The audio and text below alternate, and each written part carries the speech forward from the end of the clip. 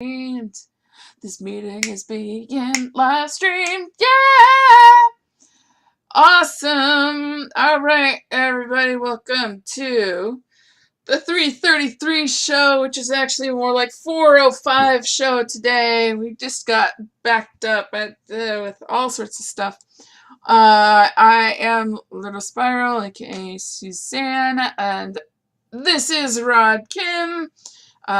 So glad that we could do this today and get this this song that we've been working on, inch it towards the finish line. How you doing today, Ron? Tired, but good. Tired, but good. Seems to be like a general MO. Yeah, I got my espresso. So. Awesome. All right, so I'm gonna pull up the chat here, and Yeah, chat. Yeah, we got a little chat window that we have in case anybody wants to stop by. A pumpkin spice sweater? I'm sorry, tell me more. Oh, it literally just says pumpkin spice on it. Because there's a kitty cat with a pumpkin spice. It's like because I was high and left unsupervised at 5 below. So.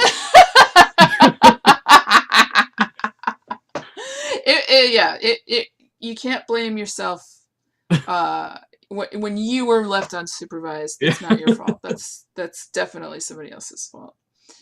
Awesome. All right, so if you can hear this, I'm just going to do a quick sound check, but if you could hear this, say hi in the chat wherever you are, and I'm going to sound check it live, and we're going to hear an echo in a second. Check. Check.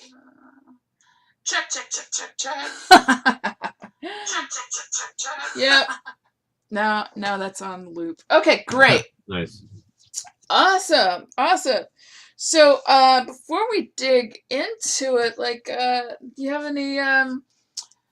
any fun projects that you're working on, things that you're going to be releasing? What have you been up to? Everything. I think it's just like fourth quarter, like everybody's like, shit, 2022 is almost over, like we gotta get all our stuff done. So I've been working on music for a Halloween series on the YouTube show Robbie. If anybody watches that, Robbie is like it's not like it's YouTube. I don't know, like if like if you're a fan of like Mr. Beast or something like that, you'll probably like Robbie's stuff. So I've been doing all the Halloween music. I did it last year. It's more for this year.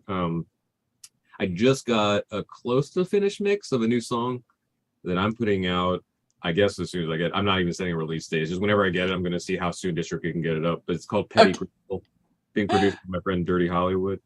And then a crap ton of other pitches and stuff. Like I've actually just now got this thing that I have to like hit send on, which is hilarious. Okay.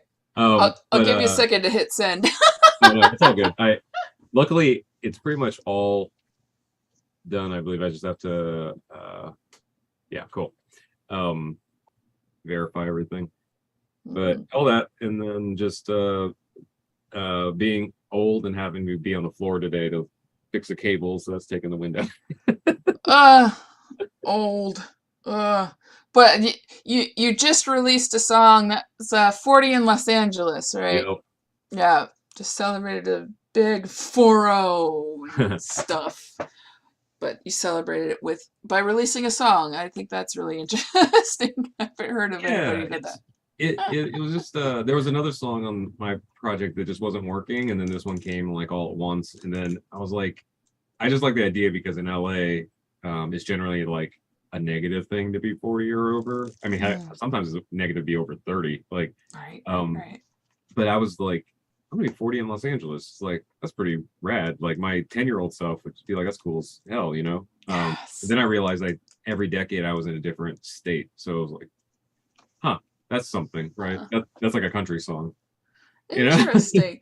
Well, this is really interesting too, because we're writing about a specific place, but then you've got 40 in Los Angeles, you've got this, and then you were telling me about another song that you mentioned that's almost like the opposite. So it feels like you're looking at location as a way of like sussing out your own personal it's kind of like like this stuff. era. Like I've seen a lot of music professionals, like actual music professionals, say like, even if the album's a little bit of, it's not dead, but it's more of an earned thing, like Beyonce and Adele can put out albums. Oh, But yeah, the rest of yeah, us, we kind of have eras, right? So we yeah, can collect. I'm going to put it into an EP, but it's more of like a year-long release of songs that are kind of in like a broad theme or whatever, And yeah. this era of me since middle of 2020 has been like reclaiming my high school years. Like, what could it have been if it wasn't as passively racist, or if I like believed in myself a little more? My parents were a little less like black and white on what they thought would and wouldn't work and stuff. Yeah. And so I think there's a lot of that. And yeah, there's the last song I want to put out is going to be it kind of works out perfectly because I didn't mean it to be this way, but the last song is the title track of the EP, so I can like release both at the same time, and Yeah. Yeah. the other 6 songs were already out, but it's called The Handsome Nostalgia. And yeah, I was just chatting with the co-writer of that song. I was like, I think I just co-wrote the opposite message of Handsome Nostalgia in this song called This Place, because Handsome Nostalgia is like, you got to polish away your trauma and stuff and make the best thing. Then this one's like, oh, that place, Yeah. Yeah. so And both can be true. Like, yeah, it can be both like, oh, that's right. That there are some things that happened that made me who I am, and then this is like, I hate this fucking place. yeah. You can both. And it kind of makes sense too, because I was just telling Suzanne before the stream started, like I actually picked up like a TikTok format that works. I've been talking about when like certain major artists are writing for other major artists, and something I noticed, well, I noticed this before, but I'm noticing again now, is like you can hear what album that artist originally wrote the song for before they gave it away to another artist. Like there's like Avril Lavigne wrote a song called Breakaway for Kelly Clarkson, but you can tell she wrote it during that Let Go era, because it was like she was leaving her hometown to go to LA and make this album and stuff. So all the songs were about like letting go and following your dreams and stuff. And I think obviously none of us know because we weren't in the room, but it feels like they were like, you have too many songs about this. We're gonna have to let a couple of those, go to other people. Yeah. And same thing with like Kesha when she was in like her party girl era and stuff. Like some of those songs went to Britney Spears and things. You can hear it. So I think with this, it's like, even though this doesn't go on like my project, I think people will go back and listen to like, oh, Rod wrote that during the Handsome Nostalgia era, stuff when he was During like the Handsome high Nostalgia school era. That's great. That's great. Awesome. Okay. So speaking of this place, let's pick up where we left off here, and I'm gonna I'm gonna do a little screen sharey thingy. Once I set up all of the things, let's do this. Okay. All right. So let's take a listen to what you've got. Oh, come on, Zoom. There we go. Okay. Oh, I need to share this sound. Share sound. Here we go. Yay. All right. Let's take a listen.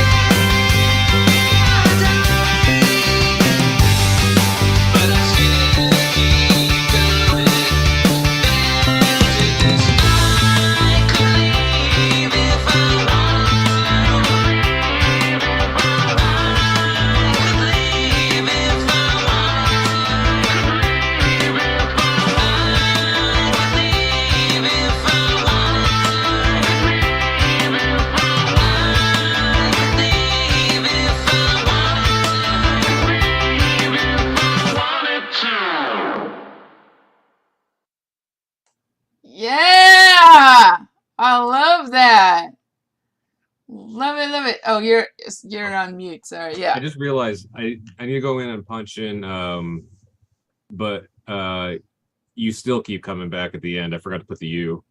Oh, yeah. But, Minor details. Minor yeah. details. Awesome. How are you feeling about this? If we were to hand over this demo to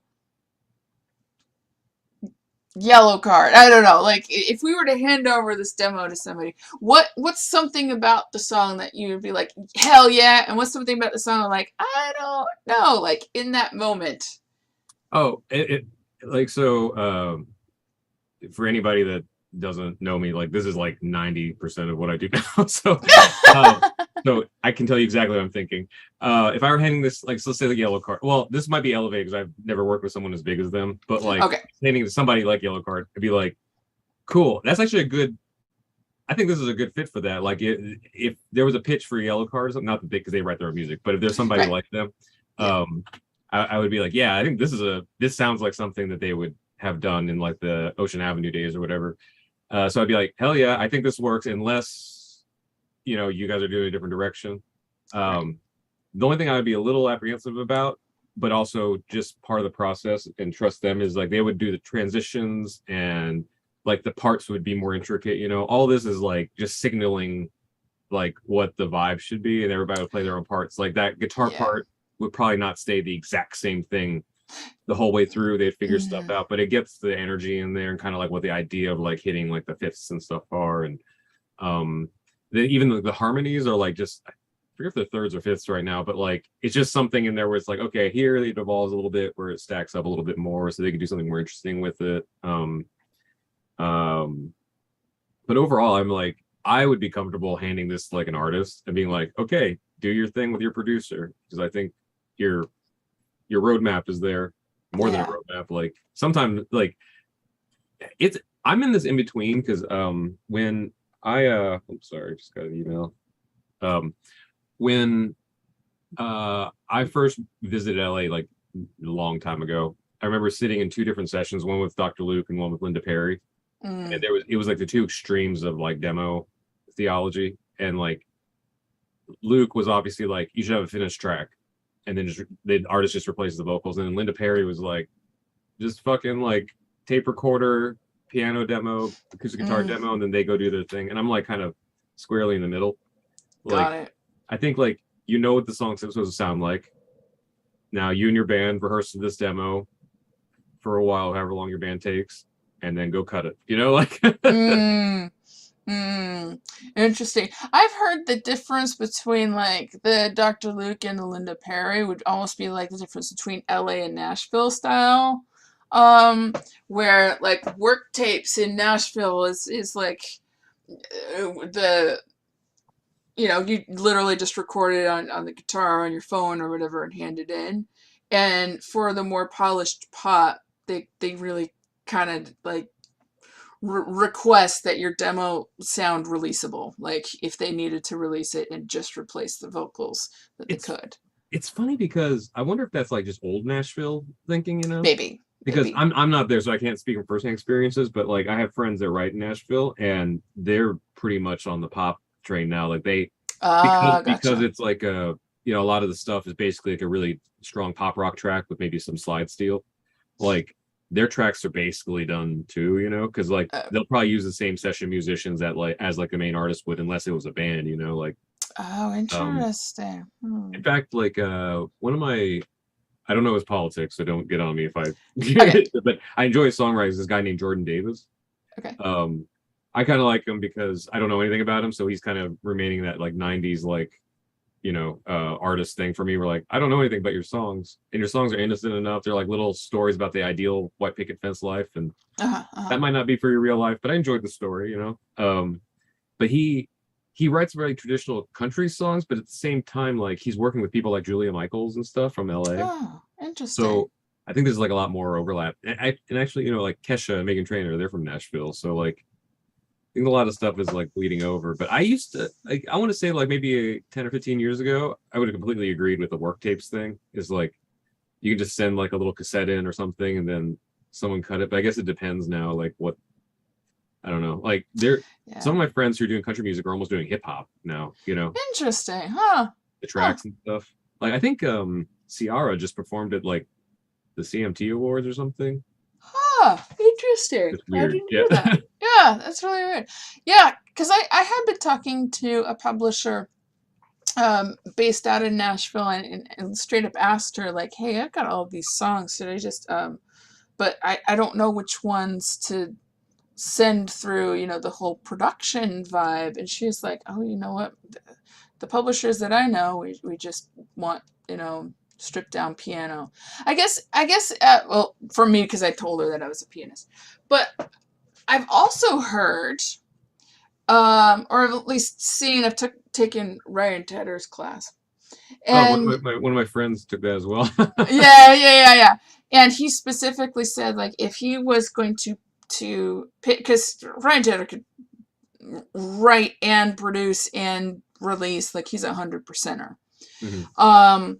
But if he wanted to pitch something to Bieber, he would say he would actually send a stripped down piano version or a guitar version because he knows that Bieber has his whole production team lined up and he's not going to be producing for Bieber. He just happens to know that when working with him over the years. That's true because speaking of Bieber, like I know the album that came out the year I moved here, so like 2015, the one that had like Mm-hmm. Love Yourself and What Do You Mean Mm-hmm. and all that stuff.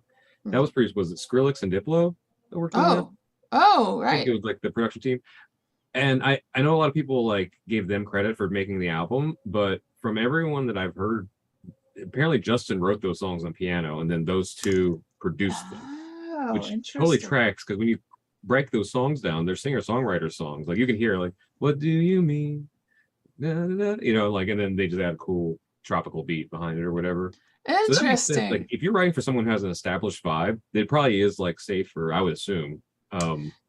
To make a strip down, like even if you could do the whole production and make it all demo ready, like if you know that you're working with an artist that already's got the team and the vibe and whatever, and Yeah, you're just pitching, like Ryan Tedder basically said, no, I would strip it down to just piano. Like you'd want to put some reverb or touch it, and get it like yeah. You're trying to sell the song. you're trying to sell the song.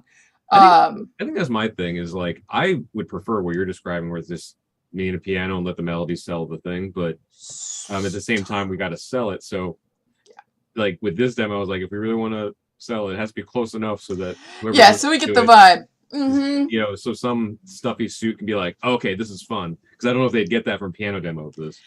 Yeah, yeah. I think, especially if you're working with somebody like a middleman or the middle woman or whatever, that like with A&R and publishing, and if you're working that route, uh, it really does help to have a demo that could, could be on radio tomorrow because Yeah, they're they're not the artists. They're just helping connect everything.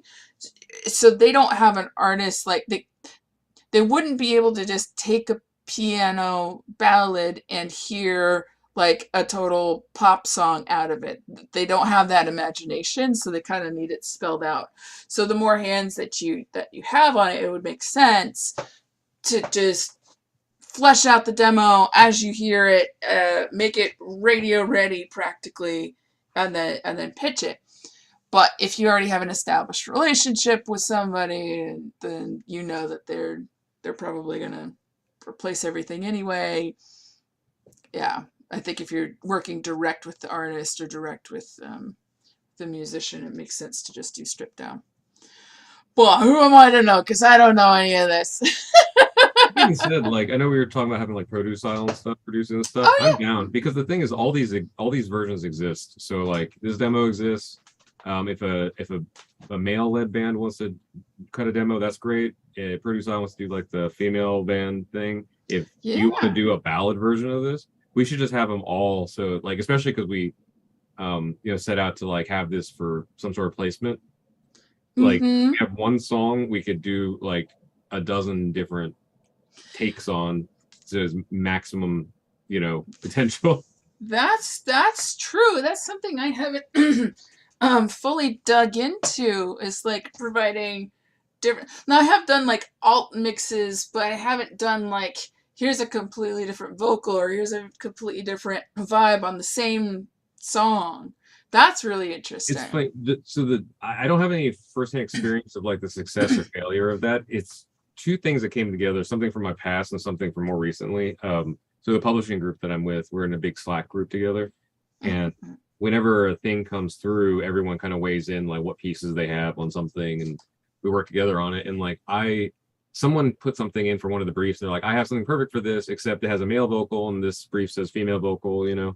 And then I was in the middle of like responding, like, well, you should re-record all your stuff with female vocals too, so you have both options. And I was like, I should do that. So I was like, so I'm going through like my catalog and thinking of friends who would fit different vibes that I think they would fit. Like Yeah. my song "Favorite Day" I think would be a great ballad.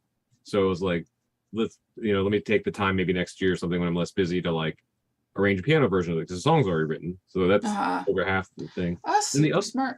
then the other part is, do you remember that song "I Can Only Imagine"? I can only Yeah. imagine. Yeah. So like I'm a surviving church kid. So like back then the story that they always told was it was originally an upbeat song. It was like a pop rock song.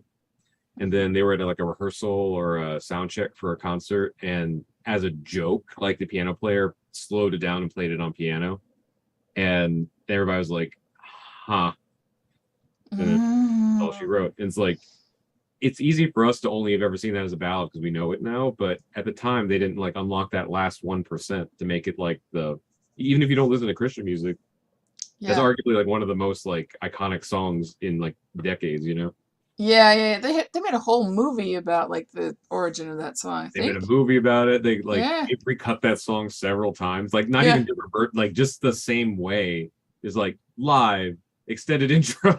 Like Yeah, yeah, yeah. I don't live think they've live ever had worship. like Yeah. another song hit that big, and the closest one was basically the same subject matter. It's called like Homesick, and Mm, it was about like wanting to be reunited with someone after they pass away, and stuff. And it's mm, like, okay, mm, so you ride that mm. train. I would do it too. Yeah. Yeah, Speaking of yeah, Ryan yeah. Tedder, he writes. There was that era. Remember, there was like 5 or 10 years he was writing the same song for every pop diva.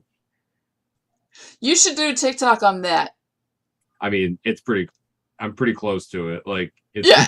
Yeah, you should do a TikTok on that in the same format. You're just like laying on bed. You're like, do you yeah. remember that era where Ryan Taylor basically just wrote the same song for everybody? No, tell us about the same song for everybody. Which which I which songs? the debate the most egregious of them were "Halo" by Beyonce and "Already Gone" by Kelly Clarkson. Okay, yeah, yeah, yeah, yeah, You yeah. can just like look it up on YouTube. People just put this track side by side, and there were only a few BPMs off of each other, so you don't have to even match them that much. And then it's the Uh-huh. same, but I kind of would do that too if you have a formula that's gonna hit because like people cared about it for like 2 seconds Oh, who and then did moved it? on. I was just listening to a podcast. I want to say it was the And the Writer Is podcast. I'm gonna look this up. It might have been, was it Pooh Bear? It was somebody who did that boy is mine. I'm sorry Oh that yeah, you um Monica and Brandy. that boy is mine producer. Who's the Wasn't that reinterpolation of like a Stevie Wonder tune? The songwriter? Girl's Mine. That boy is LaShawn. Okay. It was written by LaShawn Daniels, Jaffe Tejeda, Fred Jenkins, Darktile Durkins, and a whole bunch Rodney of Jerkins. people I don't actually know. Um, it was inspired by The Girl Is Mine from Michael Jackson and Paul Yeah, McCartney, but right. redid it. But I feel like I remember somebody said whoever was on the podcast, that little harp intro on that song, Hmm. uh literally took that exact same harp intro and threw it in another song and like maybe tuned it down a couple of things and it was another hit. So like it was oh shit, now I don't remember. um Brandy, Lady Gaga, Beyonce, Destiny's Child. He did the same Oh, little that was probably Rodney Jerkins then, because he did a lot. jerkins. Yeah, he did he was you could always tell because his tracks he would start off saying like Dark Child 99. Yeah, yeah. Oh, it Um, was Say My Name, I think. He did That Boy Is Mine and Say My Name. yeah, If I remember, there's a little bit of a trying to think now. little harp deal. Tony Braxton he worked with. Yeah, everybody. Ciara, damn, Lady Gaga, Telephone, like Say My Name. everybody. I got to see Rodney Jerkins talk about writing that song, and that's such an interesting like story because he was saying he was in the studio and remember that meme that used to go around was like what people think I do, what I really do, Oh yeah, yeah, like yeah, yeah. so his thing was like, everybody who doesn't work in a studio or in music and stuff, they imagine the studios like everyone's like passing the Hennessy and smoking cigars and weed and like there's a bunch of strippers around and stuff. And when in all reality, it's usually like if unfortunately it is like kind of a male dominated field, but in all reality, most of the time it's just a bunch of like straight dudes tired around a console for hours on end. And so he said it was one of those situations where there's just like half a dozen dudes in a studio all like what we need to get these hits out or whatever and stuff, and there's nothing nefarious going around. If anything, it's like the opposite of what you think is happening in a rock star situation. And his girlfriend at the time was like suspicious because he was spending all these extra hours overnight at the studio, and he's like, I wish he could just see all this. And so one night, like they were working on probably the pieces that were the Say My Name track, and his girlfriend called him, and he's like, and she was just furious because in her head she had assumed he's having an affair and blah blah. And he was like, yeah, I'm just in the studio with the boys. And she's like, if you're in the studio with your boys, then say my name. Say my name. Because if he was in bed with another girl, he wouldn't, She's like, say my name. He's like, I forget what her name was. He would say it. And she's like, say my name. And then he was so flustered, he like hung up. And he's like, we have to write this. Wow. So, like, How interesting. Interesting. A related story. Okay, so it wasn't this weekend, but last weekend, there was a conference, Women's Audio Mission. okay. They had a conference in LA, and same but opposite ends of the gender spectrum. There was a panel of women engineers that worked with Prince. Oh, nice. And because he worked with a lot of women engineers over the time, and band members and everybody. Yeah. He just part of it was like, oh, he cares about equality, but also part of it was like he wanted to be the only he's dude. a player. Yeah. he wanted to be the alpha male and wanted to kind of boss people around and whatever. Okay, but so Susan Rogers, I actually got to speak with her. She's kind of this legend in the engineering space, and she worked with Prince for like, what was it, 15 years or something, and probably got like zero sleep in that entire 15 years because Prince was just a machine. He was just output, record everything.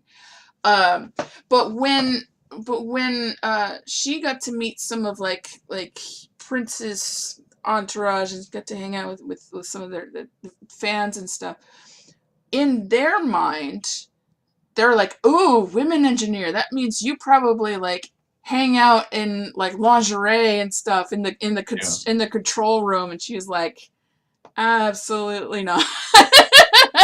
I was in sweatpants and probably was on 4 hours of sleep every day. Like, regardless of gender or anything, like if anybody's ever worked in a studio for reals, like that people around you are fortunate that you're wearing clothes. Yeah. Because it's just like when you're editing drums or something, you're just there for hours. Yeah. Even what I do is just demos. I'm not producing final records most of the time, and it's just like yeah. You're scrolling through the sound. Nope. Yeah, maybe. Nope. Yeah, like, yeah. It is not a sexy job. You know what's funny? He actually had the opposite story though for a Whitney Houston song. I think it's not all right, but it's okay or something. Not all right. Yeah, he did that one too. Was that the one that was about like a guy cheating on her? Yeah, I think so. Okay. So he told a story about that one. I think it was to balance out the Say My Name story. He's like, to her credit, I had cheated on her before. And he was like, it's wild how like women are super detectives and stuff. Because I guess he said he was either him or one of his friends. So maybe it wasn't him that cheated. I don't know. It's either him or one of his friends. Like his girlfriend at the time, like was like suspicious that he was fooling around. So she went through his car and found like a receipt for like a McDonald's order or whatever that didn't make sense to like what he ordered, and he wasn't with her. And so he knew it was some other woman's order or something like that. I can't remember. It was something like that. And so she confronted him about it.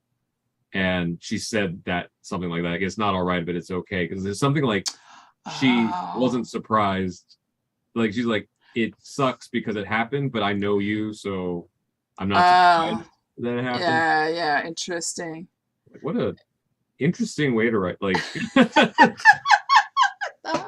right, but it's okay. Anyway, so we're pitching our song to Destiny's Child, of course. Yo, I wish the kids these days could have known Destiny's Child in their heyday. Beyonce is great and everything, but Destiny's Child was that perfect balance of like guilty pleasure and like real great singers and music and stuff. Oh yeah. I my very first studio experience is this little studio in Berkeley where Destiny's Child recorded I think it was Bills. Oh, nice. So they're like their first. I think so. No, that was their second one. Yeah. No. Yeah. But I just kept thinking, wow, I'm going to the same bathroom as Beyonce. Kelly Rowland took a shit here. Yeah. Yeah. Make that. All right, I'm clipping that on touch. There we go. We're doing it. All right, clip generated. Done. Good job. Thanks for sharing that out. Okay. So back to I Hate This Place. Yeah, I think what we'll do next is call in the likes of the produce aisle. Yeah. I can export this as like stems. Yeah, absolutely. Like 500 things on this. Yeah, that would be great. Oh, all about George. I'm sorry, I totally missed your comments here. You enjoyed last month. The boy is mine, and cool. Okay. All about George just sent a couple of links. Cool. About the boy is mine and say my name. That's great. Thank you, George. Sorry, I missed your comments. Awesome. So the next steps are let's reach out to our friend the produce aisle. So she wants to lay down some vocals, and also if she's feeling so inspired to contribute any ideas on the production side. Let's see if I can open this without crashing everything. I think I'm fine if not recording. And then I can export an instrumental and then like batch export like the stems. Well, if she wouldn't need stems, right? If she's gonna redo the song. It's just gonna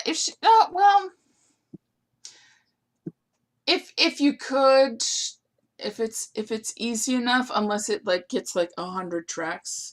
Like, I don't think there's 100 tracks on there, but if it's easy enough.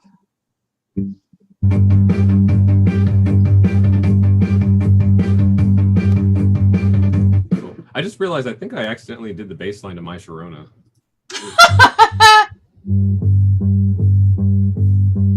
My Sharona. I think it's like that combined with this drum pattern.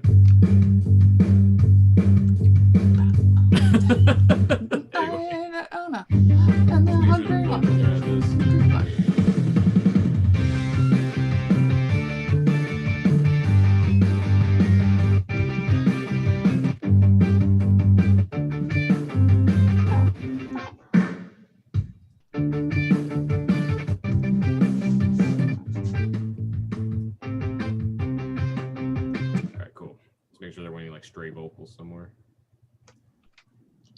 Do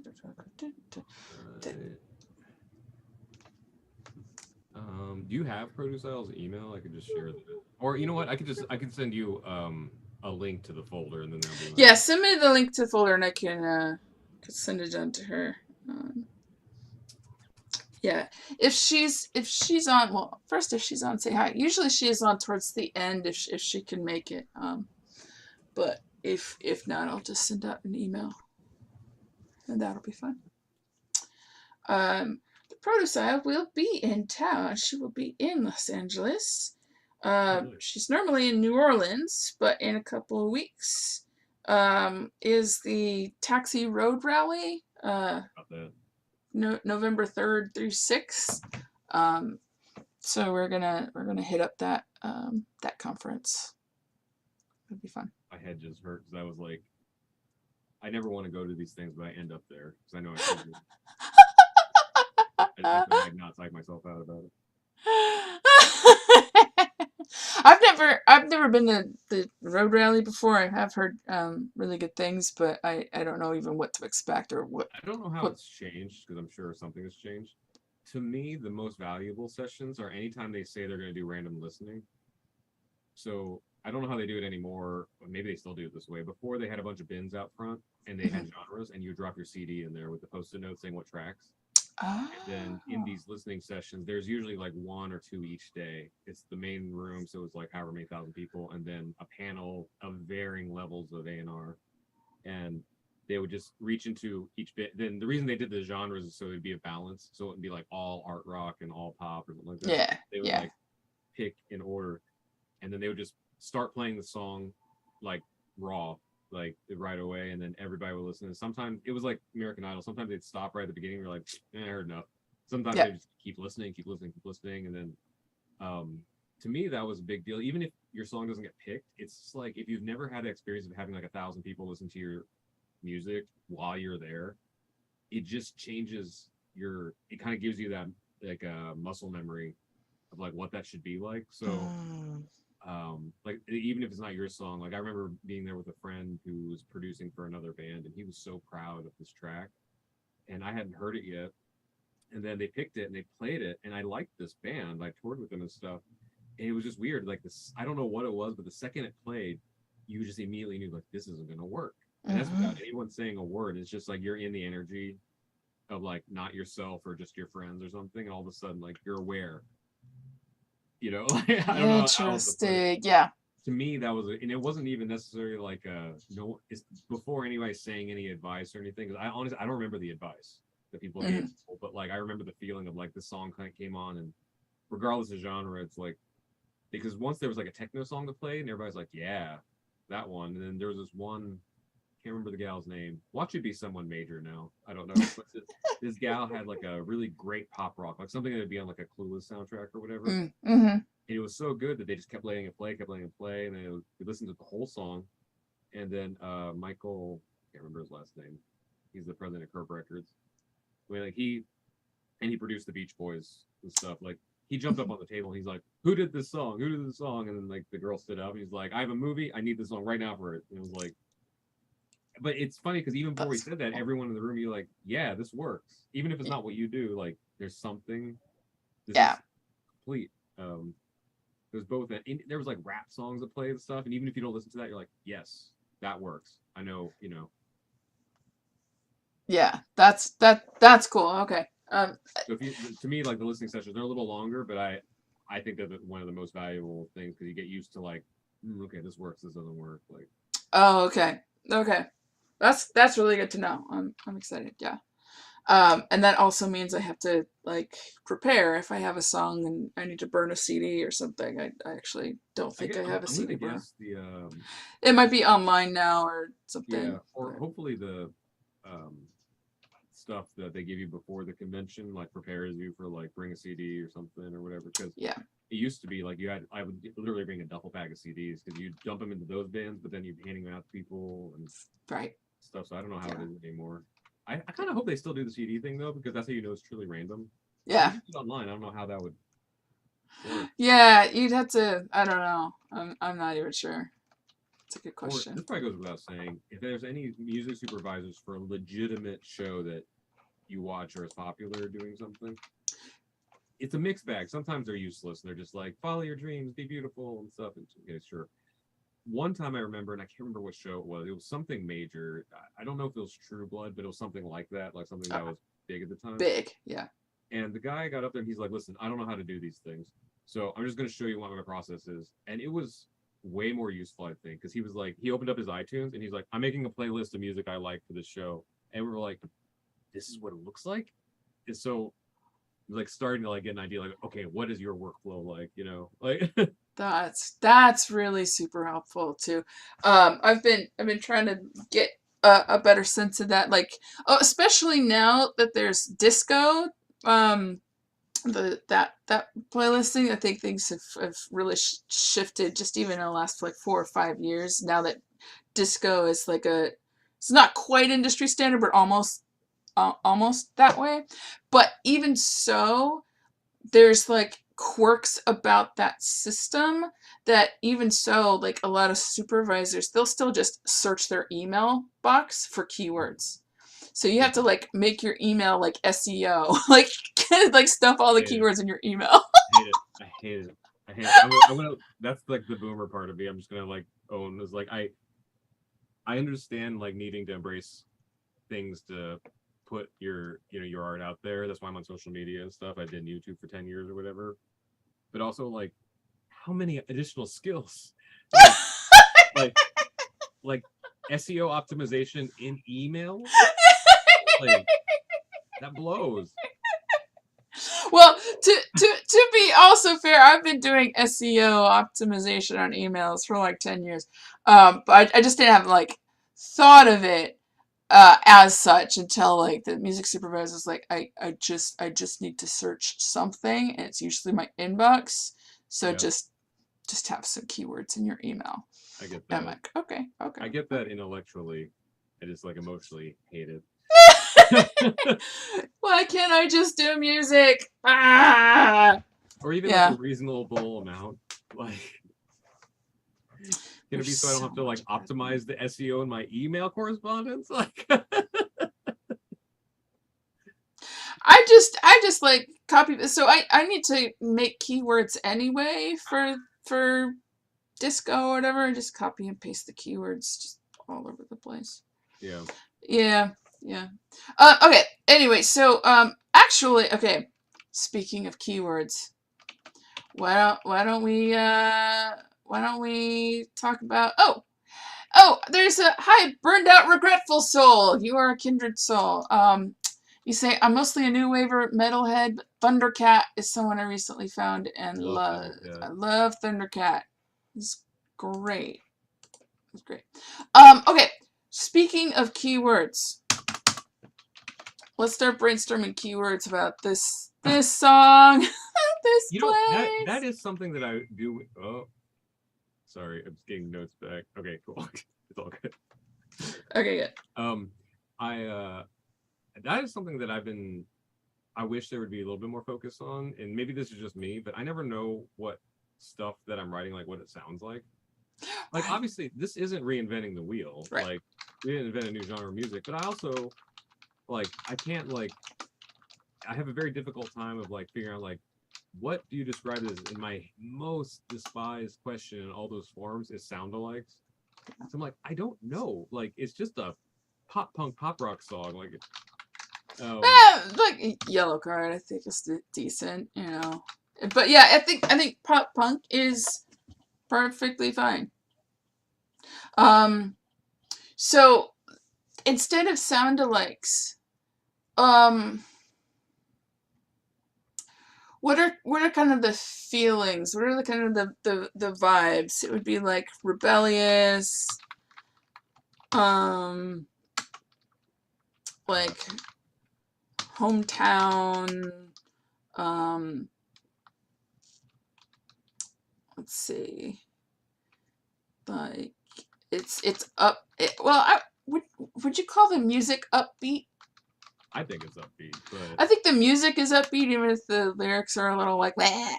But I don't know how to spell meh. That's my problem. It's like how do you describe all like this? Because it doesn't feel like teen angst necessarily. Because when I think of that, I think like Nirvana or something. Yeah. But, like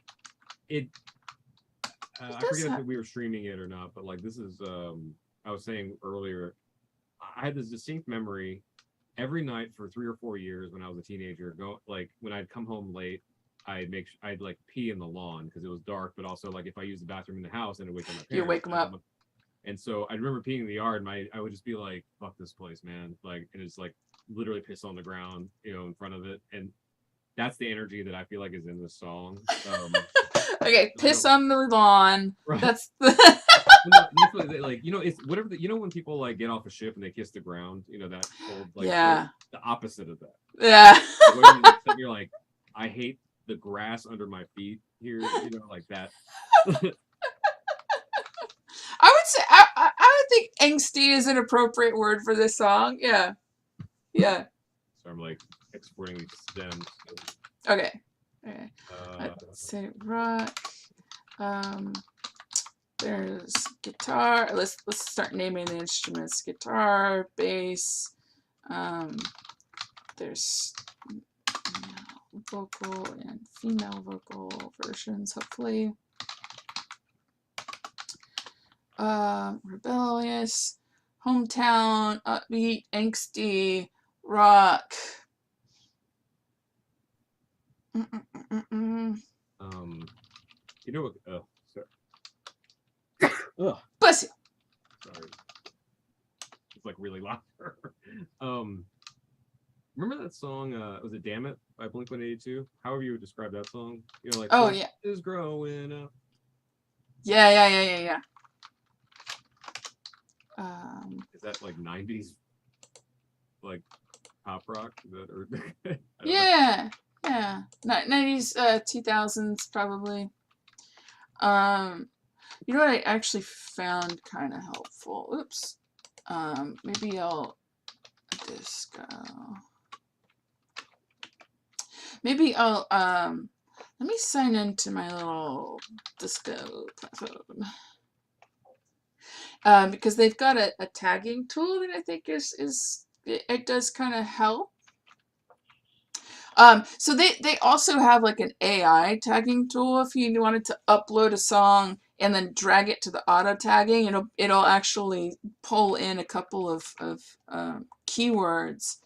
So what I was saying, like when I hate that part of it, is like I think like what would be really useful is instead of having like a Taxi Road Rally, instead of having a motivational speaker saying like follow your dreams, whatever, could we just like have something, or even online, like a consortium of like listening to other people's demos and tracks and stuff, and then everyone else like weighing in like this sounds like Blink, yes, Charlotte, like because like I have the song Favorite Day. I sent it to a friend, not for critique, just like, hey, this is like I'm gonna release this, but I thought of you because you like this kind of music or whatever. And one of my friends wrote back and they were like, oh, it's like Good Charlotte. They wrote happy songs. I was like, I like that description. I wouldn't have come up with that on my own. So like I think instead of going to another talk about like, writing from your soul or whatever, like if there was like some sort of I don't know, like session where everybody could just like kind of categorize each other's stuff.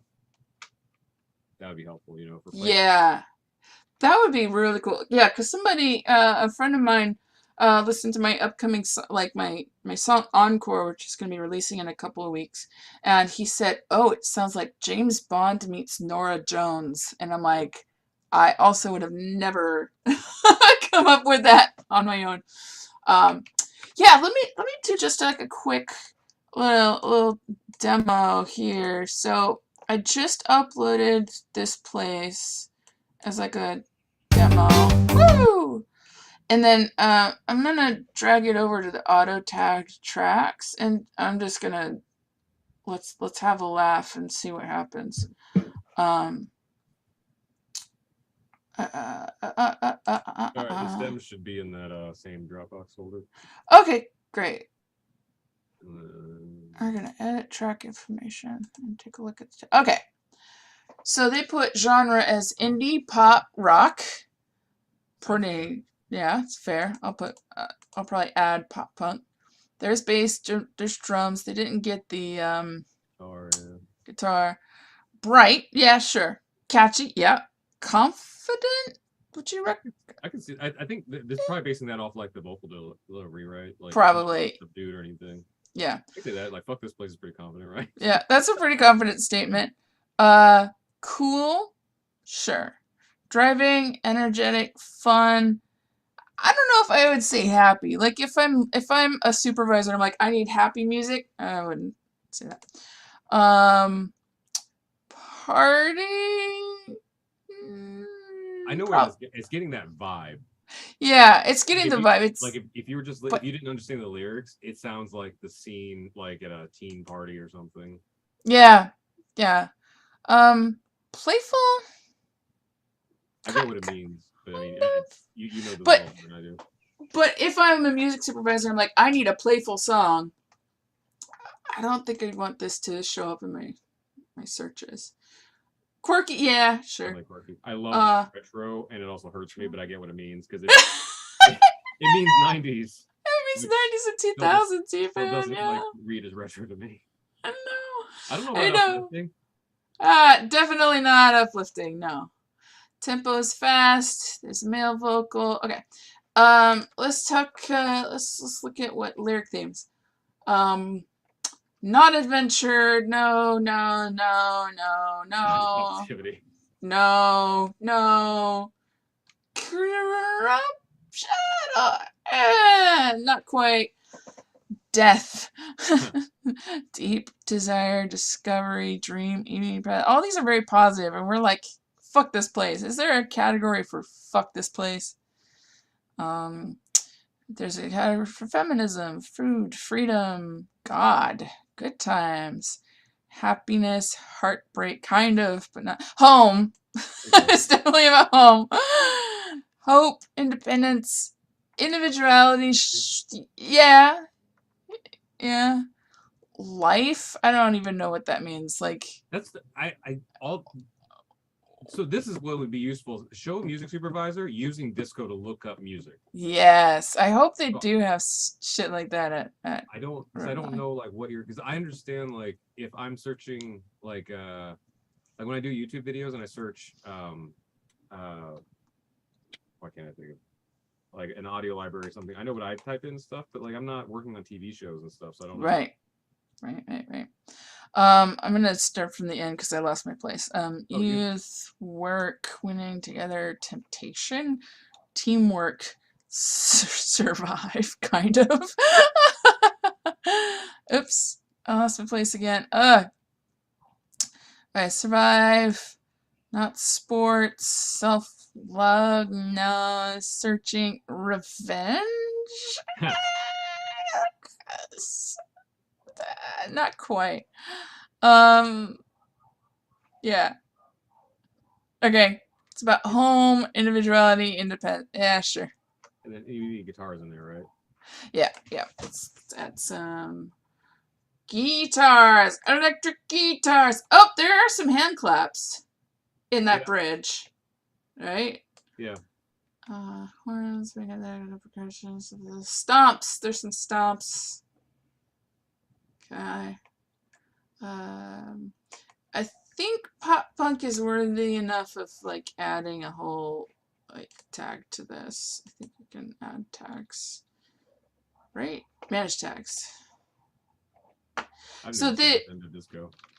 The disco kind of gives you a set of tags that are most searched, like by music supervisors, and they like recommend. But you can also add whatever you like. So pop punk is its own, I think, genre. Gonna do that. And then I think I lost track of this. Okay. Indie, pop, rock, and then pop punk. Done. Vocals, this is, let's see. No, yeah. Clean as in no cuss words. Oh, yeah, we do need to mark it as explicit. At least this version. Yeah, we do clean versions. And then once we upload the instrumental, we can do that. Okay. So I like this idea too. Like this place could be the clean version, and then I hate this place could be the explicit one. Hey, yeah, I like that. I was actually just talking to a friend because that song I'm gonna release called Petty Grateful. He Uh-huh. wants to call it I Told You So because that's a repeated post chorus. Uh-huh. And I was like, let's do both. Something I've learned from all the Gen Z kids is keep reposting stuff until someone notices. And Ah, like you know the song ABCDEFU by Gail? yeah, yeah, yeah. That girl released like 6 versions of that song at least. And it's like Wow. ABCDFU, like angry or like chiller, and then one of them was just nicer, and that was the clean version. Oh. And so it was like, sure, and they're all just like very slightly different. That's cool. Okay. No, no, no. Okay, I definitely added that tag because I'm like, minimal, maybe party progressive, powerful. I don't know. Maybe. Why not? Sure. Rhythmic, synthesizer, tension, throwback, You uplifting. know what Yeah. disco could do, or any of these like library things could do? They should do what like eBay does with sales. Like, so you know how like eBay, when you go to list something, it's like similar items have sold for X number of dollars or whatever. So if you click on powerful, I would love to like be like, these songs that placed use this tag so I can hear what they mean. Doesn't mean Ah, powerful in like is as loud like guitars. It doesn't mean powerful like my heart will go on. yeah, Like yeah, or like cinematic trailer powerful. Like, yeah. I don't know. I don't know. Because I Okay, feel like I'm doing these all wrong, but you don't get feedback for when you do it wrong. Like I know. I know. Yeah. Oh, yeah. I should. We should do the 70. Okay, we'll do this later because I don't want to put people's IPI numbers on deck here. Um, I've used 53 of my 20 trial. You keep letting me, so I'm gonna keep doing it. Uh, anyway, okay. Uh, cool. Yeah, and I've also marked that particular one as a demo, so I'm not like actually pitching it as it is. Um, although you know what, but we could. if you want it, If we go want for it, it. if It's it's not there. the first time. I don't know if I talked about it on here, but like way back in the day with my old band, we were hired to write the theme song for the Philadelphia Phillies mascot. Oh wow. Uh-huh. And so we were just working on rounds of revisions because it was such a secretive process. We couldn't correspond, like we couldn't send digital files because I guess there's a dark underbelly of sports mascots, like or something like that. Sports journalists try to like break stories or whatever. Oh, okay, gotcha. They didn't Yeah. want it to leak, so we were just taking notes in person, going back working on it, showing them back in person and stuff. Anyway, we got done with like a second draft, and in our heads we were like, well, we're gonna do this demo, and then like our American Idol runner-up, this local to the area, will probably sing it to the Philly, whatever. And then before we knew it, we were working on something else. We got a call from the marketing agency that hired us to do it. They were like, "Oh, the tune went over great." And we're like, "What do you mean?" Like, and we found out that was we don't know sports, so it was like opening day for the Phillies, and they played it in the stadium. And we're like, "That wasn't a final version at all." But now it is. Down. The only thing we were able to talk them into was we realized there were some errors in the bass of the second verse. We were like, "Yeah, they're just not the right notes." No one noticed, but we changed them just for us, I guess. But besides Wow. that, like that just ended up being like my vocal on there was like the final thing. So that was great. And I found out that's not that uncommon because my friend Ron Wasserman, who did Power Rangers and X-Men. Yep. Yeah. Obviously, Yeah. Yeah. X-Men doesn't have any vocals in it, but Power Rangers, that vocal, that was his Yeah. demo. It's all you listen to it, all the harmonies are flat. Like it's just how it exists and people got used to it. So Wow. like, and then if you go look, he has another version called like Power Rangers Redux or whatever, or redo. Mm-hmm. He like 15 years later re-recorded it in his home studio, like the way he wanted to. And I don't think anybody knows the difference. It's just like, the one Yeah. that we growing up was a demo. Yeah. All that to say, It's amazing. if somebody wants this, take it. Yeah. Less work for what I want. Yes, let's do it. Yeah. Awesome.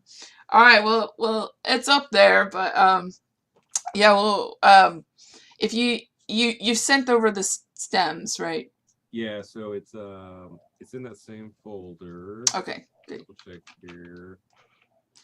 I'm just gonna go back and hit So refresh. I have instrumental and then vocals. Oh, yep. I see them. Demo does that instrument vocals. Great. And then guitars, drums, bass.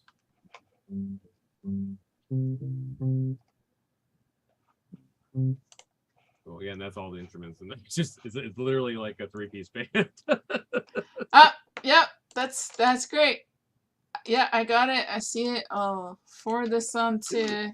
This is actually a good example, like when you were talking about like when you're handing this over to like Yellow Card or something. I'm thinking like a bass player for when I say established, I don't even mean established as in popular, like established in like your thing, like your style, your vibe or whatever. Yeah. I'd be like, okay, you're gonna take this bass line and you know what I mean, but don't play that. Yeah. Because like that's you're just like jumping octaves, but you know they're seeing what it is. It's like it means like just don't like hold a whole note on the root or something. Right. They'll take it and put their spin on it, put their style on it. Yeah. Awesome. Cool. Okay.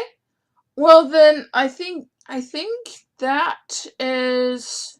I mean, is that the finish line?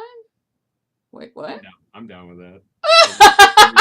Let me know how Produce Style and others do with it. If anybody, if there's like a really folksy Noah Reed singer songwriter wants to do a heartfelt version of this, go for it. You know. I hate this place. Right. Yeah. Yeah. Great. Awesome. Yeah. So I'll just send a note over to the Protostyle who'd already volunteered to at least do vocals for it and see if she's got any other ideas. Female vocal ones, especially because like I've been, obviously because of TikTok, listening to a lot of Avril Lavigne lately. Oh yeah. Like there's a world where I could see her doing something like this song in like the 2000s. Oh yeah. Do you think like Complicated or something or Skater Boy? Like this has those vibes. Once you get like that train of content on TikTok, like, did you know that Shania Twain wrote or whatever? I want you to sneak in, like after you've done like 10 of them, I want you to sneak in, like, did you know that somebody wrote this song for and you play one of yours, and you're like, oh no, actually that was mine. Yeah. What's kind of been happening is because like I'm a little bit like in the clouds when I'm doing those. Is I think I'm like kind of naturally just making allusions to it because there was one I did about the song Alicia Keys wrote for Whitney Houston for her big comeback, and it's like something a lot of people do, but there's very specific Whitney's. Like there's these like soul claps where like the tail of it is cut, so that it like is really short. And you can hear it in like how will I know if you listen to this, it's like a really, and they do the same thing in $1 Million Bill that Alicia Keys wrote, and I made a comment like, and if I was writing a song for Whitney Houston, that's totally something that I would do and stuff, so I think something like that. But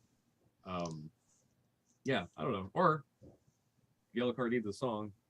Yeah. There was this one time when this guy named Rod Kim wrote a song for Yellow Card and went like this. I tell you what though, I think the dream would be one of these things, like artists that people would just not like. One of this is like a little bit of a boomer rant, but like one of the things I think is kind of not a good evolution of some things. Like remember back in the day, like you'd have your cassette tapes or CDs or albums, and that was kind of like your bookshelf, and so people judged you when you listen to. Now with Spotify, it's like almost worse. Like because like you can see each other's feeds of what you're listening to and stuff. And I just wonder how many people are like not listening to stuff that they want to represent their identity and not what they enjoy. And so like I would love to write for someone who people don't necessarily brand with me, but I feel like not only do I enjoy, but everybody enjoys. Like for a while, I just wasn't. I would never mention Shania Twain in general conversation unless someone else brought it up. Mhm. But then you realize this woman sold 3 diamond albums, so a lot of people like her. Oh, I don't And know. there's Yeah. artists I work with in world music and jazz music and stuff. And they all love Shania. Like, Yeah, yeah, yeah. that's like one of those artists that would be like, oh man, if I could get a co-write on a Shania song, I will have made it. Like Right. genuinely like her stuff. But as I'm categorized right now, like I wouldn't be put in that room. But I would love something like that. Yeah, yeah. Part of that is like, okay, well, part of that's straight up racism because I was talking to, oh my gosh, what is her name? She co-wrote with Demi Lovato, amazing black woman songwriter. It starts with a B. But she was at the Women's Audio Okay. mission, and cannot think of her name. Anyway, but she was basically like definitely not considered pop because it's like, oh, don't you do R&B? And she's like, no, I do that. Yeah, yeah. So part of that is that, but like also like it's networking, isn't it? Like it really is like just trying to get into those rooms. Well, it's I not just hope. that, but also like we were talking about like little caveats. Like that's a little tough too because obviously Shania's a writer, like Yeah. Yeah. Avril's a writer and stuff. So those are more circumstances of like you being assigned with them than Right. like straight You up need to be writing a song and then in the room with them. Yeah. you know and then Hmm. pitching something. And it almost feels like the whole like writing a generic song and selling it to an artist thing is like slowly going the way of the dodo. Yep. Yep. Because even like Umbrella for Rihanna was one of those tunes that was going to go to anybody, that the highest bidder, because it was a really good song. But like I don't know if anybody thinks of Rihanna that way anymore. That is that song, even though that was arguably her big break. Hmm. Like Hmm. she's delved into like a lot more what she calls anti-pop. Like Yeah. Yeah. Yeah. Hmm. Yeah. Okay. Okay. So let's see. Next time I do to-do list is I send a message to our friend Protosile, and we'll just like take that off of yeah, your plate and run with it, and then you can go gallivant around your your new publishing deal and all of your all the cool projects that you're in, and it has been a weirdly good week, and to the point where I'm almost suspicious. So that's great. That's great. That's something to be like really like excited for. Like I always try and you said something earlier like 10-year-old you would have been like, oh my god, you're living in LA and at yeah, 40, but like you're living in LA at 40 and like doing the music thing and yeah, yeah. doing it professionally, and that's just really freaking cool. Thank you. Yeah, Yeah. it's a little Awesome. different than like we thought when we were kids, but Of course, it's still a job. Still a job. Awesome, cool.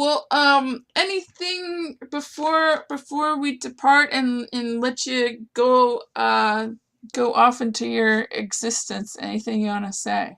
no, thanks for having me on. It's been a fun. I did Yeah, fun time doing this. I'm sorry I haven't been here every week because things got crazy, but yeah, like I'm yeah. glad we got to do this. I wasn't against being on the stream, but I told Suzanne before we did this, I was like, I don't know how interesting it's going to be because I'm more of like I put my head down for 8 hours and after I black out, something's there. Yeah. Versus I'm not as much of like a, this is pretty much my setup. She does this all day while I'm working, and then when she finally stands up to walk away, we get dinner, and then it's the end of my work. She's your timer. She's your like Yeah, your alarm clock. yeah. It was like, Yeah. Hi, Lucy. Hey, baby. I gotta boop the snoot. right. Boop. And then Boop. her, Well, thank you so much for being on. Oh, pumpkin spice. Oh, she's so basic. Right. I'm not. If you like pumpkin spice, like pumpkin spice. Yeah. I ain't yucking your yum. And also, it's kind of basic, but but thank you so much for being on and co-writing the song with me. We'll kind of take it from there. Put some dressing and weird Yeah. masks on it and see what we can do with it. This has been really fun. Thank you so Yeah. much. Love it. Love venting about my childhood. So. Me too.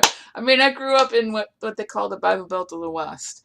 Like the Central Valley in California Okay. is really flat farmland, you Yeah. know, Republican 5, Democrat 2, kind of that ratio. At least you had wine. I mean, yeah, we're far enough south. The wine was really more north, like Modesto. That was like I, a I just mean 3-hour drive in the state of north. California, like wine sometimes feels like it's cheaper than water. Yeah. I love that. Bottled water. Yeah, for I love that sure. now when I come out here, like there's brands of wine that I remember when I lived in Delaware, like we would have hard times finding with bulk buy and seasons and stuff. And now I'm like, any day of the year I can get any of those, Yeah. like a case of it if I wanted. Yeah. That $2 chuck, yo. Yeah. Yeah, that's $2.50 now, but yeah, okay. Inflation. It brought it down. It went up to like $3 or $4, and they brought it back down so it could be within the 2-ish. 2-ish. Yeah, it can still have that nickname. Yeah. Yeah, but I think they're either in Modesto or I think yeah. Still Central Valley, but the Central Valley is so huge. It's like it takes Yeah. 7 hours to drive from the top to the bottom of Yeah, it. yeah. 'Cause it's the other part of California. 'Cause everybody thinks of like the Bay Area, LA, or the other. So, Yeah, and then there's like some other stuff. I used to live in England, and they usually would mistake me for being from LA. I'm like, that's no, I'm no. yeah, The other part. I'm from the Bible Belt of the West. Yeah. yeah. So I feel this song. So so thanks for co-writing it with me. That was a lot of fun. Awesome. All right. Well, good luck on the rest of your endeavors. Where can people follow you? Rodkim.com is the easy shortcut to everything. But on social media, I'm mostly Rodkim Rocks on Twitter, Instagram, and TikTok, and then just Rodkim on YouTube and no, Rodkim on YouTube and Twitter. Instagram and TikTok is Rodkim Rocks because I can't get my own name half the way. But Rodkim. Just rodkim.com has it all. Everything. Okay. Yep. Fantastic. All right. Have a very great rest of your week, and I'll see you around. I'll probably see you around in in-person events and things like that. All right. Take care. Yeah. Bye. Oh, yeah, we'll see you.